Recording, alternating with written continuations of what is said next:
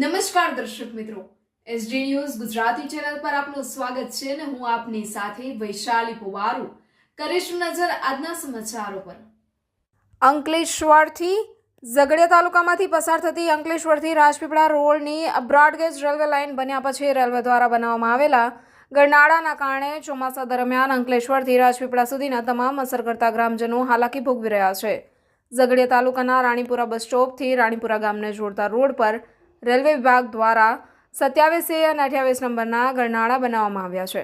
છેલ્લા 2 વર્ષ દરમિયાન રેલવે વિભાગ દ્વારા રાણીપુરા ગામ ખાતે ગરનાળામાં આવતા વરસાદી પાણીના નિકાલ માટે 35 લાખથી વધુ રૂપિયાના ખર્ચે સિમેન્ટ કોન્ક્રીટની ઉપરથી બંધ ગટર લાઇન બનાવવાનું કામ શરૂ કર્યું હતું।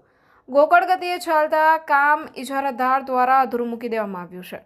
ગટર લાઇનના છેલ્લાના ભાગે ઘણા બધા સ્થળે બંધ ગટર લાઇન પર જે સાફ સફાઈ માટે જગ્યા છોડવામાં આવી છે તેના ઢાંકણા પણ બનાવવામાં આવ્યા નથી અને છેલ્લા છેડાની કેટલાક મીટરની ગટર લાઇનો ખુલ્લી છે તેને બંધ કરવામાં આવી નથી, જેના કારણે આજુબાજુની માટી બધી ગટર લાઇનમાં ચોમાસા દરમિયાન ધોવાઈને પડતી હોય છે, જેના કારણે પાણી આગળ જતું અટકી શકે છે, જેથી ગરનાળામાં તેનો ભરાવો પણ થઈ શકે છે। ઇજારાદારની બેદરકારી અને જવાબદાર રેલવે અધિકારીઓની બેદરકારીના કારણે રેલવે વિભાગ દ્વારા આટલા રૂપિયા ખર્ચ્યા પછી પણ તેની કામગીરી અધૂરી છે, જેથી સત્વરે આ કામગીરી પૂર્ણ થાય તેમ સ્થાનિકોની માંગણી છે।